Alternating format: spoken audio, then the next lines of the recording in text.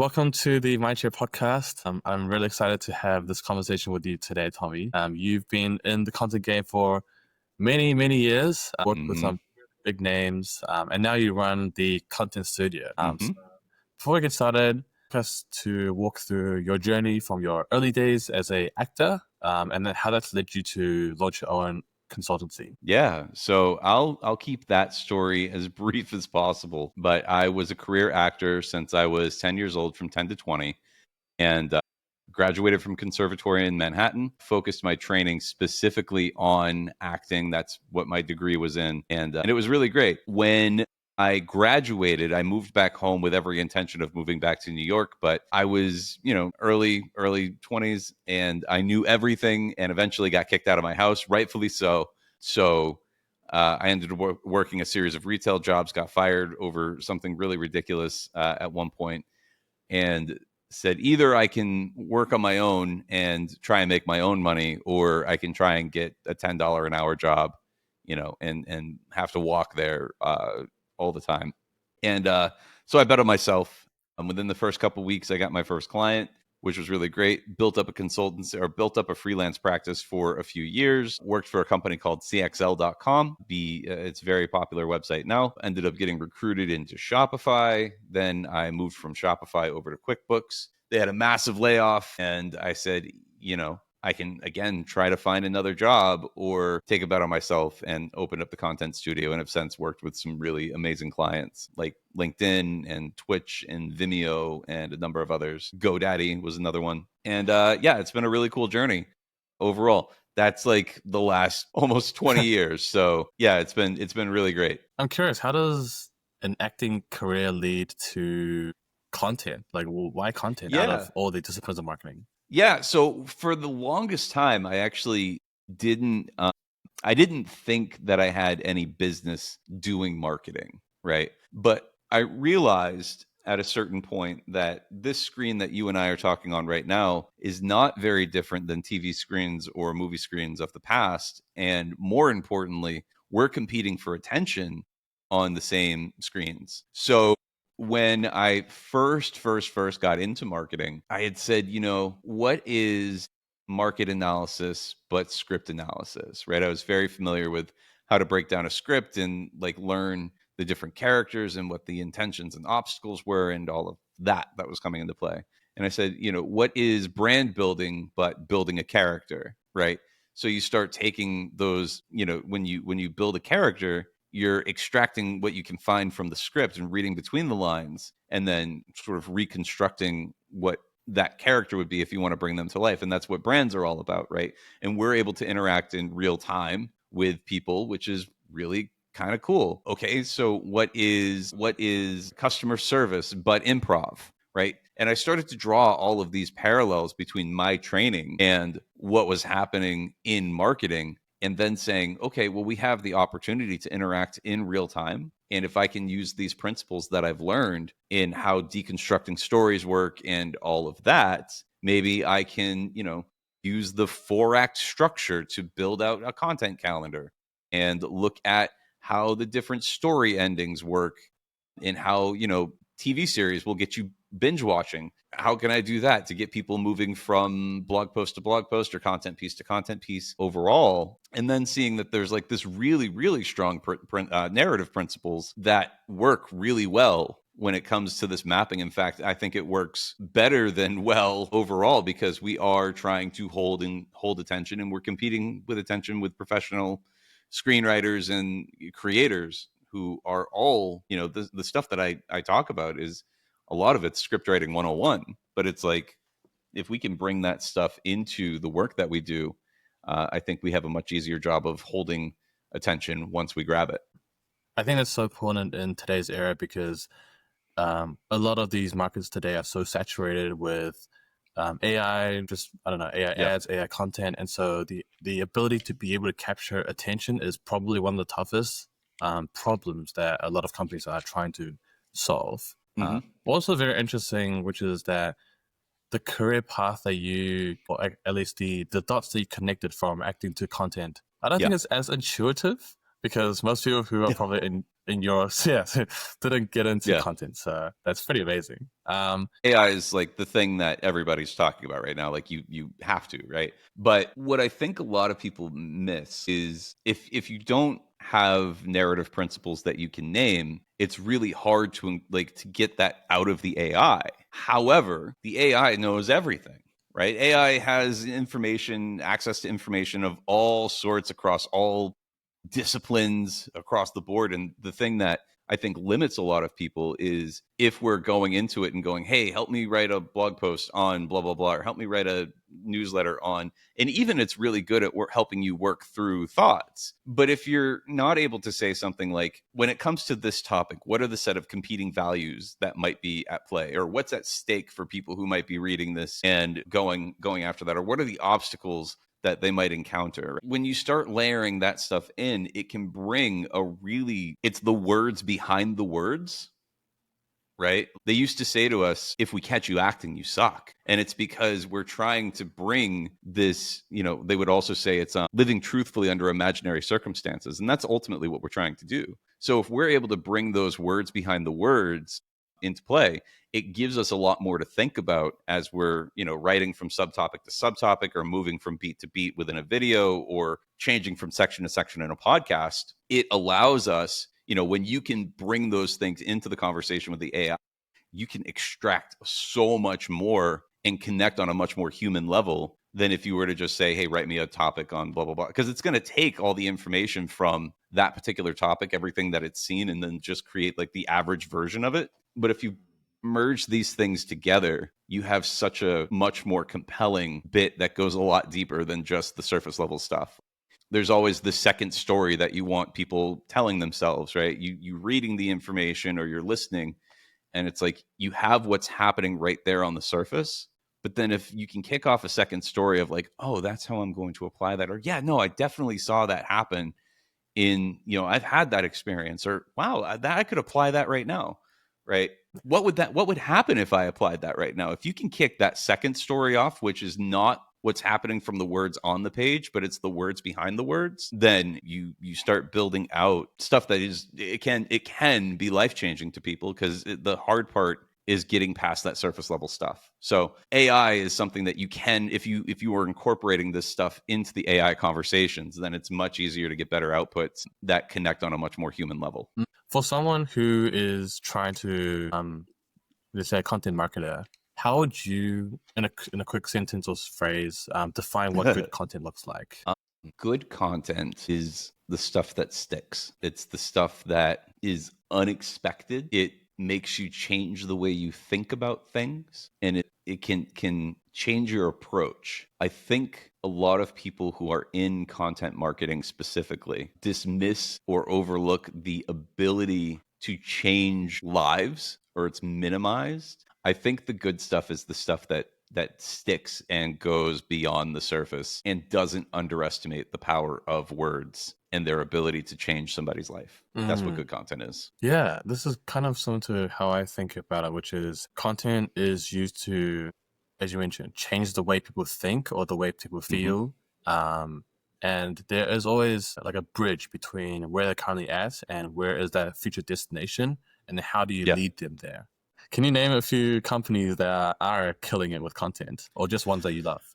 I think Kit does a really good job with killing it with content. I'm partial to Shopify because I was there early days. Those are the ones that really stand out in my mind. MailChimp used to do an okay job. There are very few that I look at and go, yeah. First Round Review does a really great job. I really like what they do.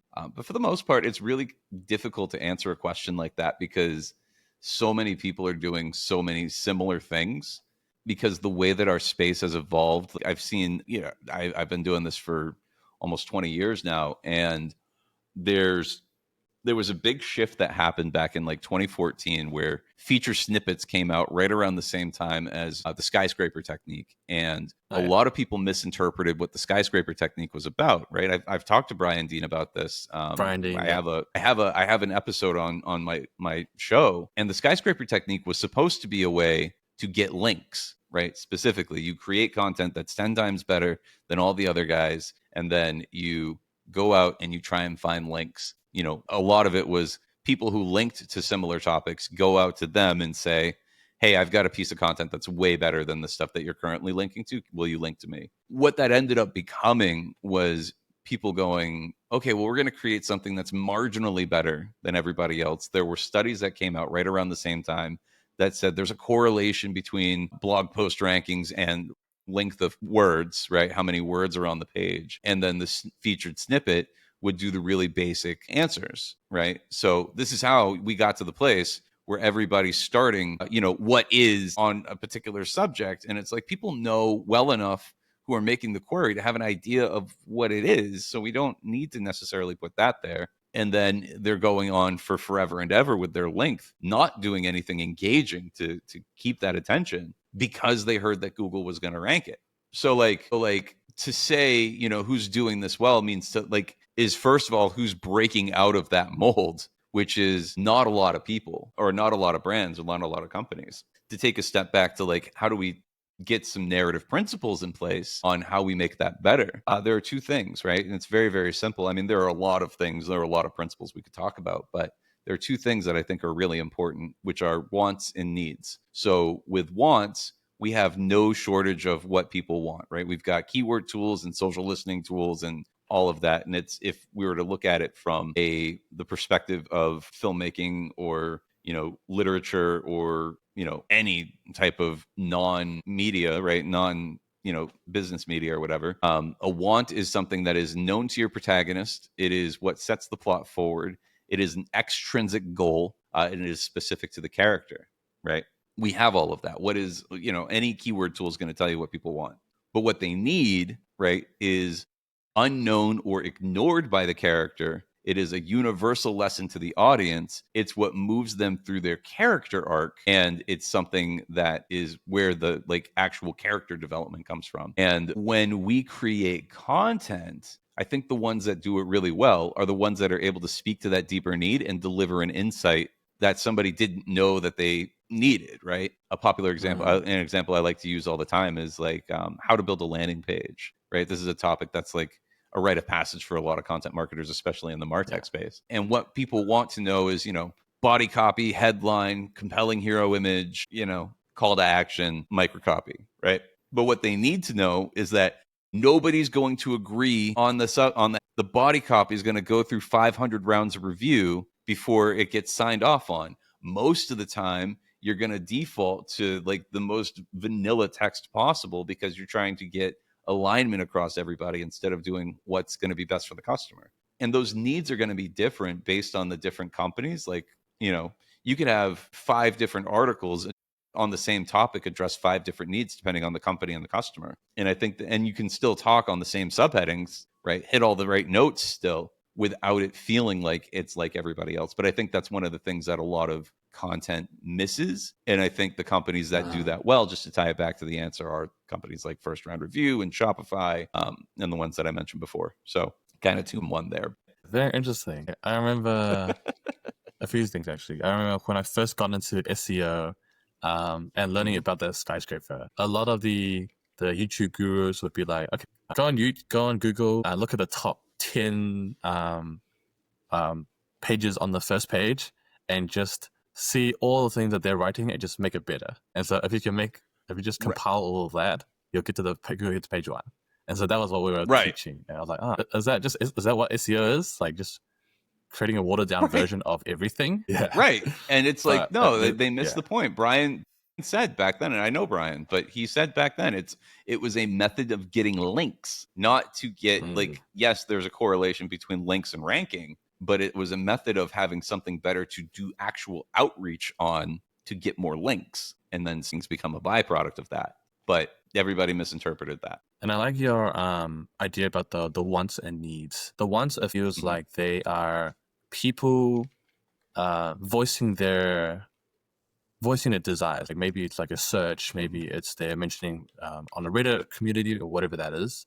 And then the needs, when I first heard about it, I thought it was more driven by the product. So if the product can uncover some need, but then I guess the content also helps with that, which is something I didn't think about as well.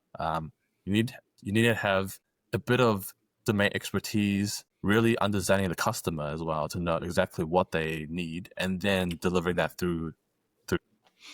Yeah. Well, and let me get like really specific about needs too, because that's one of those things that gets, it's easy for me to say what the definition is, but what people need is a lot deeper than that. Like, I need validation. I need to feel, I need to not feel like a loser, right? I need, like, they're a lot deeper. They're much more emotional. And it's one of those things where it's like, if nobody's going to agree, I need the ability to lead, right? Going back to the how to build a landing page example, everything's going to fall apart if you, the reader, don't know how to lead the conversation, right? And we start thinking about like what are the stakes, right? Like, if you don't develop that skill of leading, write a compelling headline, you're never going to do your best work, because you need to be able to navigate the conversation between 5 or 6 different people who are all going to have some kind of say, right? So those stakes, there are internal, there are external, and there are philosophical stakes that come into play. So if you don't figure out, if you don't have that leadership, right, in developing that need, then something like write a compelling headline is never going to happen. So they're a lot deeper. They're a lot more emotional. They're grounded in, something's called there's another concept called the ghost, the truth, and the lie. Well, the ghost is something in screenwriting. It's something traumatic that happened in a character's backstory that led them to believe a lie about the world. And then there's a truth that they need to accept. We all have lies that we believe about the world, because the world is difficult and messy to navigate. And that's how we are able to keep ourselves sane. But if we're able to address that, and we're able to address that deeper emotional need, right? We don't have to be like, it sounds really fluffy when you put it that way. But if we're able to address that and then go, okay, now here's how the product will help solve that want problem, right? Without getting too fluffy, but going like, yeah, you need leadership ability, then it all becomes a lot more personal. And then, okay, how do we tie that to metrics, right? Well, that's what gets people clicking deeper. That's what gets people coming back more. That's what gets people scrolling longer. And all of those things I've seen in my career, when I've been able to do those things, it can shorten the time to sale, and it can improve the retention overall. Because if you think about it, like, you get people, and I've seen this, we've been able to double the amount of pages that were consumed, right? And then put the time to sale in half. That makes sense. There's a lot more exposure that's happening in a shorter time frame. So why wouldn't people convert faster, right? So, it's not just like, hey, let's do this for the artistic integrity of it all. It's like, no, there's actual business value to focusing on, something that seems fluffy like a need, on speaking to a deeper level than that. But yeah, that's where wants and needs like become really important to the overall conversation. I feel like I could talk about this all day. I'm sure you're familiar with the startup Cluely.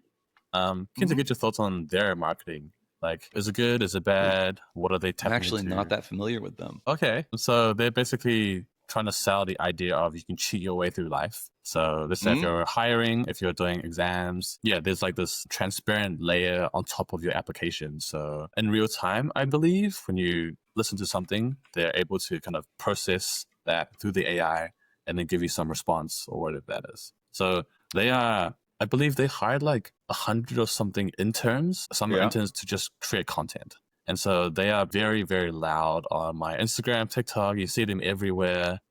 They now have this like mascot called Clue. I'm looking at their website right now, and it says it's like Googling mid-sentence. Cluely gives you answers you didn't study for in every conversation without you even having to ask. I mean, my background, it was drilled into my bones that you have to live truthfully under imaginary circumstances. And this is not truthful, right? Ultimately, I mean, it's not truthful. It's like, here's how you be a better BSer, right? Like, no, granted, like, okay, it's like Googling mid-sentence. Like, I think that there's a lot of value in saying something like I just said, where it's like, I'm not familiar with them. There's a lot of value in I don't know. And I think that, this is probably a broader conversation than just what Cluely is doing. But there's a very human aspect of saying I don't know. Because the thing is, too, is like, okay, it's like Googling mid-sentence. Like, yeah, I Googled them and I tried to find out what it was that they were doing. And I can see like at the very top line messaging here. I mean, just based on what I'm seeing, it's not, there's humanity in not knowing. And if you come across as if you have all of the right answers right away, there's something kind of inauthentic about that, I think. Wow, Because it also that's a becomes very power clear that lesson. you're reading off the screen. Yeah, I mean, that's a life lesson, right? Yeah, There's yeah. something very powerful in that. You had some pretty strong opinions around content calendars and just the concept, and maybe also keyword research. But I'm keen to hear your opinions and why you have such thoughts. So, so where do we start? When I think about a content calendar, I think about it narratively. A lot of the way that people approach content calendars, if you were to visualize it, it's like ripping pages out of a book, pasting them on the wall, and then telling your reader to figure it out, right? What's the through line between all of it? And what that leads to is a lot of like internal links that don't make sense. They're just there to be there. They don't have any actual, you're not actually asking the reader to click. There's no invitation to actually go through on this because they're not framed up with stakes. You don't know where the story's going overall, but we think narratively. If you recount the story of your life, there's a progression of events that happen to get you to a certain point. And there are different chapters in your life. Maybe it's a relationship. Maybe it's, the beginning and the end of a relationship, or the start and the end of a new job, or whatever. And you can always see in retrospect what that story was. Maybe you can't see what it was going in the future, but we have the opportunity when we plan our content calendars to really drive home a narrative, right? So the way that I like to think about it, and again, this is all, narrative principles, but at the beginning of a story, your protagonist has a super objective, right? What's the big, hairy, audacious goal, if we wanted to put it into marketing terms? What is it that they want to do by the end of the story that doesn't seem possible? And I think the example I used with you was Aladdin, right? A lot of people would say Aladdin wants to get with the princess, but that's not the case. Aladdin, and it's even in in musical theater, they call it the I Want song, right? He wants to be respected. He wants to be seen for who he is as a person, not as his role in life, which is something that's really relatable to everybody, right? Like, I don't want to just be seen Mm. as this marketer guy. Like, I want to be seen for the brilliant, intelligent man that I am, right? But we want people to recognize certain things, and that's kind of him expressing both the want and the need to a certain degree. But there's always something that gets in the way. So what does the character ultimately want? And then what's the thing that's getting in their way? So that's the central conflict. When I look at a content calendar, right, most stories are broken up into 4 acts. A lot of people will say 3 acts, but there's actually a strong midpoint right in the middle of the movie where all the stakes change and everything turns, and everything becomes very different in that third act, or that middle act. So, but what I look at is, okay, we've got 4 acts. We've also got 4 quarters. How can we break that down? How can we help that reader get to the super objective by the end of the year if they wanted to, right? If they were to read everything from front to back, or they were to watch everything from front to back, or listen to everything from front to back, how do we get them there? And then what are the conflicts that are going to get in their way? And then we break that down, right? A lot of storytelling, and I heard this from a YouTuber called Local, which I think everybody should watch. He's an amazing YouTuber. He said that storytelling is a lot of a Fibonacci sequence, right? Like, you've got the same concepts that are working at a higher level that work all the way down at a granular level. So within each Mm. act, what's the objective? What's the smaller objective that they need to encounter, right, to get to that next phase? And then within each sequence, which, if we were to put this into marketing terms, is each month, what's the smaller objective and the smaller conflicts that are getting in their way? And then when you get down onto an individual piece, what's the conflict and the obstacle that's getting in their way, right?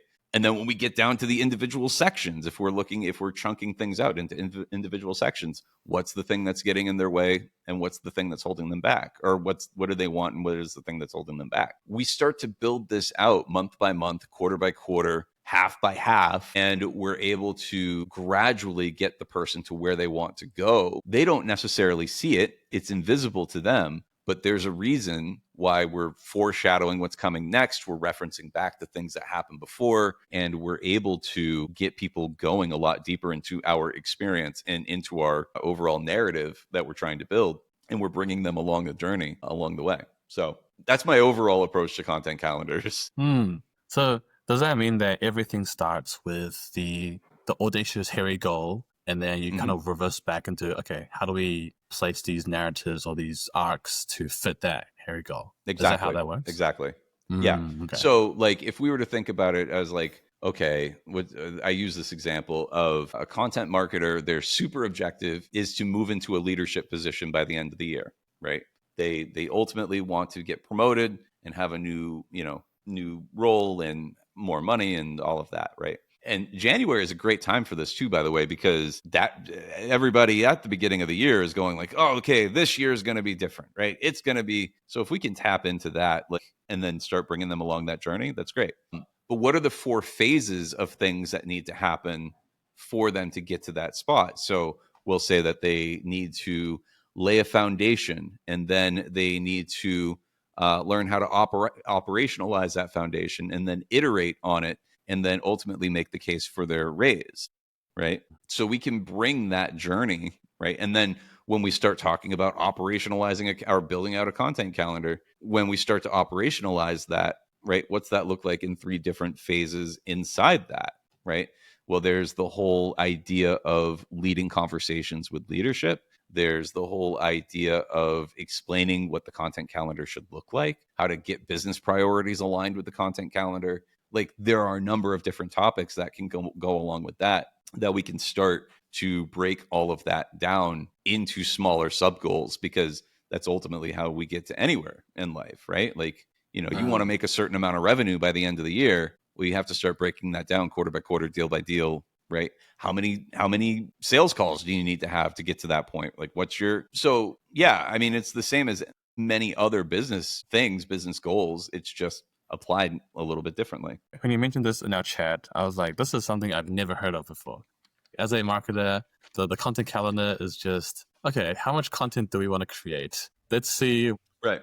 Now, like a calendar, maybe it's 5 times. Okay, what should we post in these 5 days? And then we just put them on without Right. any kind of logic or any. And then we might layer on, oh, maybe there's a product launch, so we might put a little more feature product launch stuff related to that throughout the year. But then that's about it. So it's really good to have some system or framework to think about this, rather than we'll just do content for the sake of volume or whatever. Yeah. Well, and if you know that there's product launches, like if you're working with your product team to get, what their roadmap's going to be, well, what can you do to prime the reader or the listener or the viewer, right, to get ready for what that launch is going to be? Like, there are certain points in different stories where certain outcomes seem inevitable, right? Like, you have an idea of what's going to happen to the character, but you're going to get there in unexpected ways. In a lot of cases, like, why do people like superhero movies so much? We know the good guy is going to win. Like, why even go to the movie, right? You already know 9 times out of 10 or 9.9 times out of 10, Batman's going to beat the Joker. Why watch? Well, there's interesting things that are happening. How is the character going to be tested and all of that? So if we know that these touch points, right, and this seems like it's a little unrelated, I realize, but if we know that there are certain touch points that need to happen, why not lead up to those? If we know that there's a product launch happening, why not lead up to those instead of going like, oh, okay, well, we need a blog post by tomorrow to launch this project? No, we know what's coming. We have an idea. So, like, how do we prime people to get that out the door? 100%. Right. I want to get technical here. So sure, if you were, let's say, the head of content at a early stage B2B startup, and you were going to run a content program, let's say 2026, because this year is almost about to end. What would be the step-by-step playbook you'd run? The first thing, there are a handful of things. So the first thing is to get clear on what our internal brand narratives are. So I've stolen this concept from Shannon Lee and Kevin Lee and Shannon Deep, where they talk about 4 different brand narratives that every company needs to have, and a lot of companies don't. So one of them is your category narrative. So what's your take on the category and where's everything going in that category? Right. One is your product narrative. So how is your product specifically positioned to solve the problems that you see happening in the category? And from the category narrative too, the question I like to ask is, what do we get right that everybody else gets wrong? Right. Like from an ideological standpoint, where do we see this category going in the next 5, 10, 15, 20 years? The next step after the product narrative, right, is the persona narrative. So what does it say about people who use our product? What does using our product say about the people who use our product? And then there's a culture narrative. Now, I take a bit of a different approach than Kevin and Shannon. I think their approach is totally valid. They talk about how do we want to have an impact on the overall culture of our space, which I think is great. There's a lot of merit to that. What I look at when it comes to the culture narrative is how are we in the company specifically able to solve that challenge? Like, what are we doing internally to solve that challenge, and who are the people here? So Shopify was a great example of this, and I was there at a really excellent time where they were asking this question, Shopify Plus specifically, which was from the category narrative was enterprise e-commerce software is broken. There's an ecosystem of vendors out there who are trying to get more money from people just because they're successful. There's a lot of kickbacks, et cetera, et cetera. Our product is uniquely positioned in that we're not doing that, and we have only the features that you need. We have a flat pricing model. At the time there was a flat pricing model, and we have 99% uptime, which is something a lot of people can't say, and so forth and so on. Our customers are disruptors. They're the ones who want to put their dent in the universe, and they have this really strong idea. Our GM at the time, his name was Lauren Paddleford, what he had said, which was great, he said, I don't want to work with the Fortune 500. I want to create the next Fortune 500, right? And a lot of those companies went on to become billion-dollar companies. A big one was Gymshark. Everybody knows Gymshark now, but back then they had just replatformed over to us, and we helped, to a certain degree, help them get to that point because we were the underlying technology. And then Shopify, who are we as, people, individuals inside the company, uniquely qualified to help you solve this, this problem, right? Well, we were also disruptors. There were a lot of people who had their own stores on the side, and there were a lot of innovators. And there was somebody who was they were running their own store and making $250,000 $1 million a year, right, off of their store, but they wanted to be involved with this product so much. And then Shopify also had hack days, which they were very vocal about, where they would take 2 days off and hack together new features. And a lot of those features became big product things, but they were just 48-hour project. So when you have those narratives together, then you can figure out where you're going to put those narratives on what channels, and then do that. I think the biggest problem with a lot of content programs, there's a lot more. I could go into that I teach a whole course on this question specifically. Yeah. But I think the biggest problem with a lot of content programs is that the company itself hasn't answered those questions, which means when I talk about the words behind the words, we don't have the answer to that. So it's okay, just, put out some blog post, nerd. And it's well, yeah, but what's the underlying message? Who is it that we're trying to talk to? What is it that, we're trying to what vibe are we trying to get out of people when they read our stuff? So the first thing I look at when I look at a content program is that, because the other part of that, there's a political aspect of that too. A lot of content teams, and I did something called the State of Discontent report last year. A lot of teams will feel siloed off from the rest of the company. And I think the biggest problem with that is that they're not giving themselves reasons to have other people within the company answer those questions, right? It's let me just write a bunch of blog posts because that's what's expected of me. But if you're giving people reasons to be part of that narrative, if I talk to product and customer service and sales and my leadership team and all of that, and ask these very specific questions around these very specific areas, now there's this level of investment that comes from other parts of the company, because we're the most frequently published arm of the company. We're the ones representing on the front lines every single day. So we should have this information, and everybody should feel like we're representing them overall. And the other part is our internal team members should want to interact with our content. They should want to read it, right? So or listen to it or view it. So if we can answer those questions and bring that in, that's the first step to me. I'll go one more, right? Because I can go on for this stuff for forever. Like I said, I teach a whole program on this, but the next one is, who are our customers? Now, the way that I look at my customer research, and we talked about this, is there's a difference between character and characterization. I learned this from Robert McKee, who's the author of Story. Highly recommend everybody look at it. And what he says is characterization is all of the observable qualities of a person, right? How do they dress? What car do they drive? How much money do they make in a year? What's their sexual orientation? All of the observable qualities of a person. When we talk about knowing your customer in marketing in general, that's a lot of what we're looking at. What's the demographic and da da da da. But character is deeper, right? Character is what's their inner life look like? What are the things that they value? What do they fear? How do they go about being successful in life? And what decisions do they make under duress in a lot of cases? Like, so when we look at character, that's one of the things that I look at. And I look at also Jungian archetypes, right? So a lot of people will look at archetypes and think about this from like, oh, I'm going to be the sage, or I'm going to be the mentor, or I'm going to be the blah, blah, blah, right?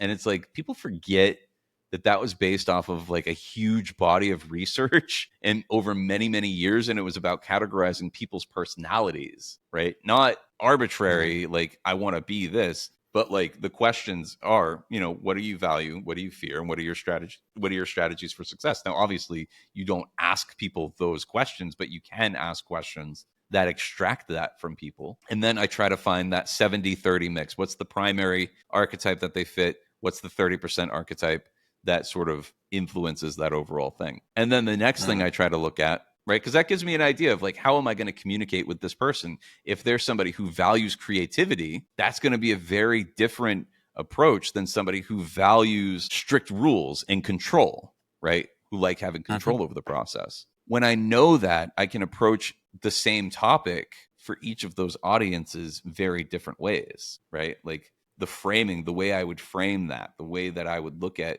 what they're motivated by.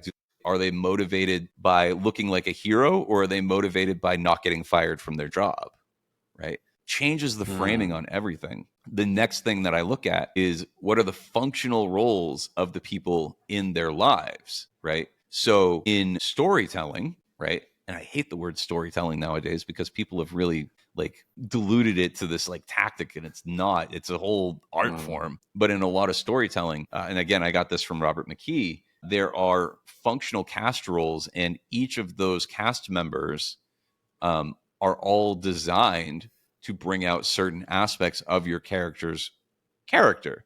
So if I just pull this up real quick, because I actually have the slides up right now.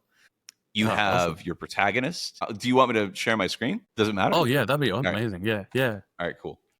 Here, we'll do this. And for the people who are listening to this, I'll do my best to describe it. Let's see. So we've got the protagonist, we've got allies, we've got antagonists, mentors, gatekeepers, sidekicks, skeptics, and tempters. So your allies are the ones that actually help your protagonist and move the story forward. Your antagonists, they're not necessarily enemies. They're just philosophically on a different wavelength. And they might go about success in a completely different way. Good antagonists aren't really just mustache twirling bad guys. They actually have similar goals, but they're going to go about them in completely different ways. Black Panther is a great movie that shows this.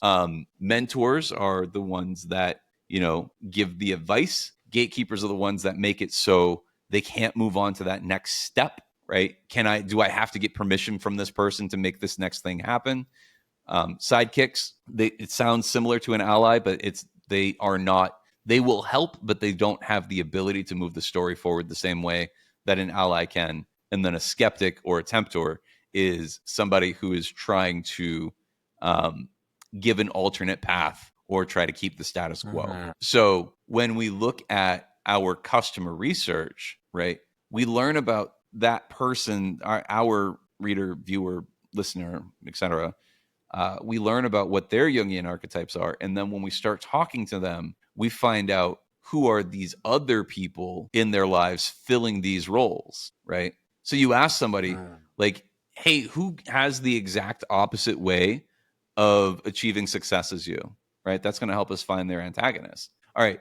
And what is their job title? So for the people who aren't able to see this, right, the next step that we're looking at is also from your audience, right? Reader, viewer, listener, from their perspective, what are the archetypal figures in these other functional cast roles? You with me so far? Yeah. Is this like an activity that you would do?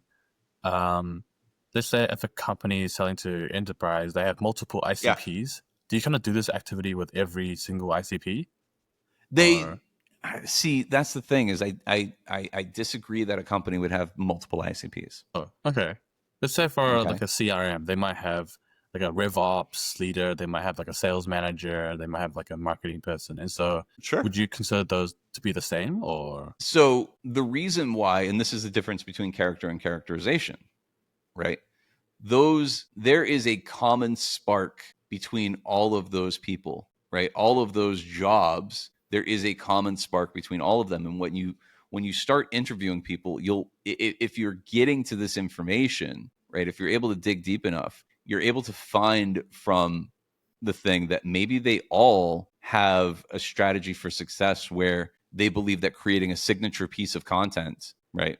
Whether it's a demand gen person or a RevOps person or whatever, they will all there is oftentimes a similar pattern in those people, right? With how they what they value, what Right. they fear, and what their strategies for success are. The job titles are important, but they're not different ICPs, right? Maybe the ICP is the pond that they're fishing in, but it's not the personality Right. that they're going after. Does that make Can you sense? dig deeper into the personality part? Sure. So I'll give you a better example. So when I was at Shopify, our going back to the customer narrative, right? Our customers were disruptors. They wanted to put their dent in the universe.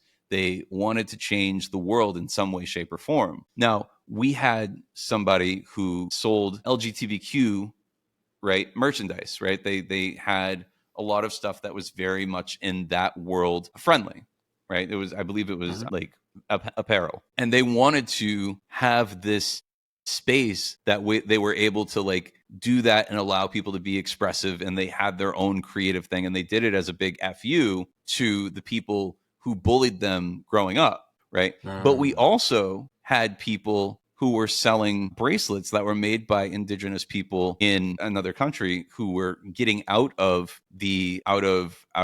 I mean, how do I say it, sex work, right? They were getting out of that type of world, and that person was also doing that as a big fu to the system that they were trying to be, that they were being that these other people who were making the products being raised into. And both groups were trying to give people a place where they had a level of belonging, right? And a sense of purpose, right? So what is that common spark between all of the people who are working together on this stuff, who are buying into the product? Because the thing is like there's some reason, and I think a lot of us don't recognize this, but there's some reason why our customers are attracted to us. That's the common denominator. But why is Mhm. that? What is that common denominator? And what is it that we're speaking to that's at the core of these people? So it requires a lot of digging deep.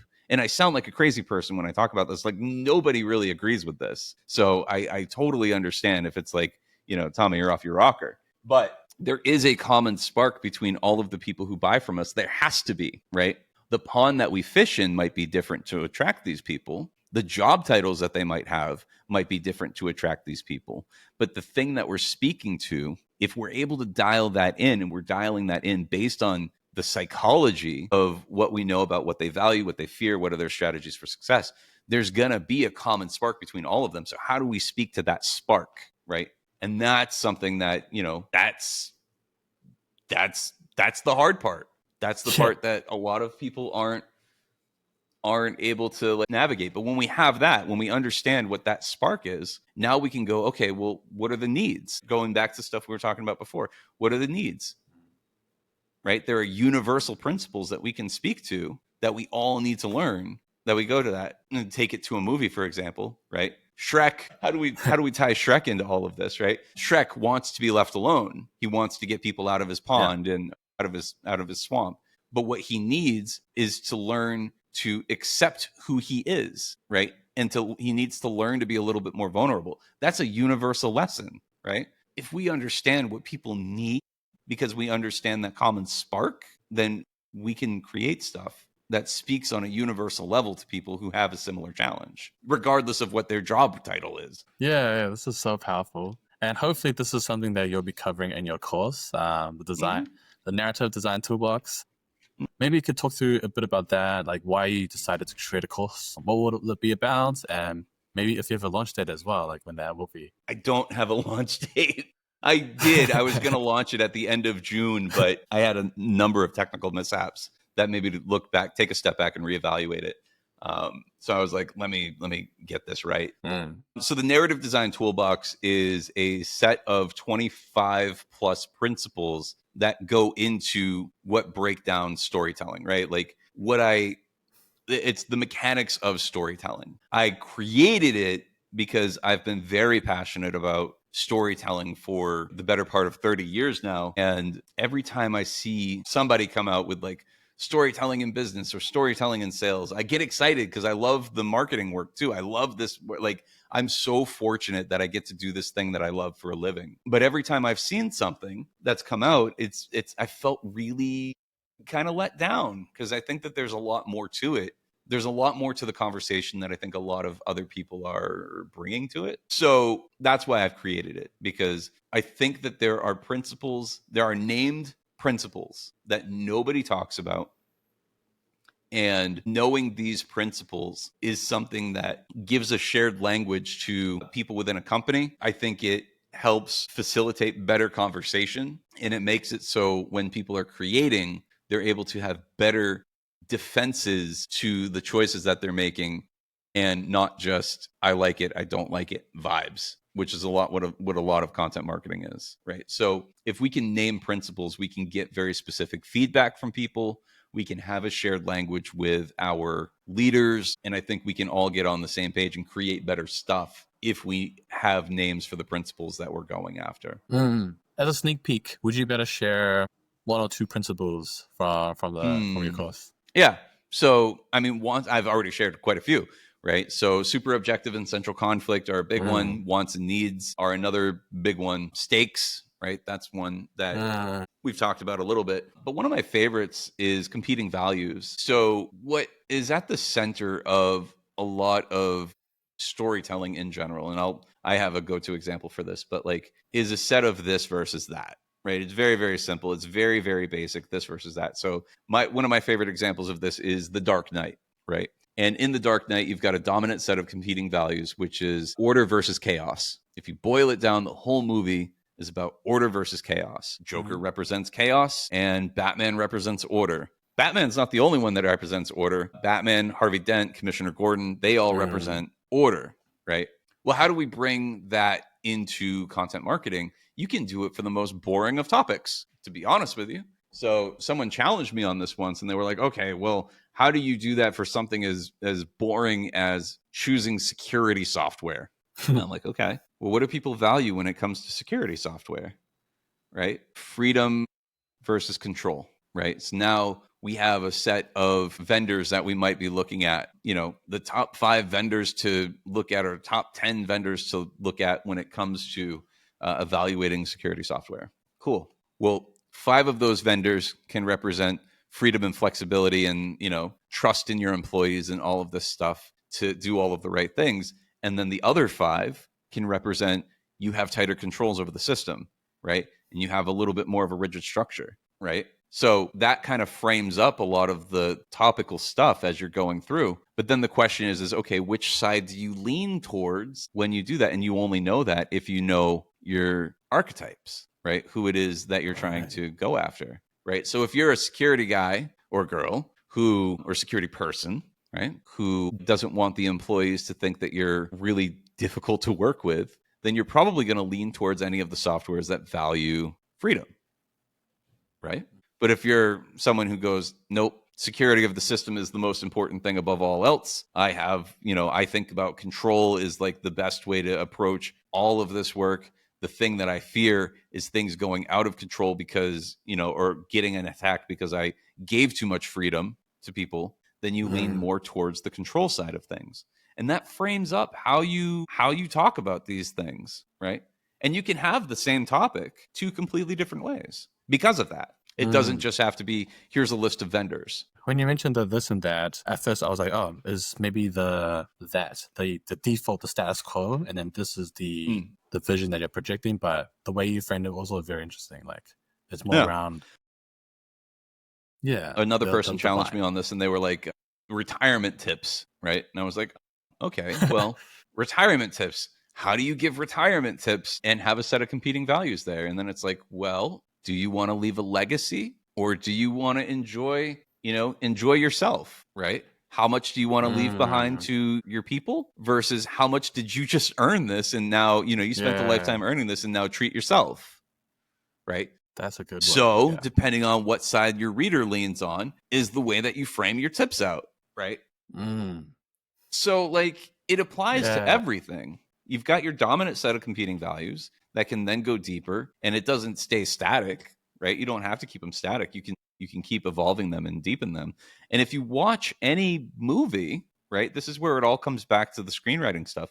If you watch any movie and you really look deeper, you're going to see that at the core of that story is a set of competing values, and the whole story is about seeing which value is going to win out. We're almost about time. One last question. What advice would you give to young marketers early in their career trying to learn all about this? Like, how do they begin? I mean, buy the narrative design toolbox when it comes out. No, seriously though, it's question the popular advice, right?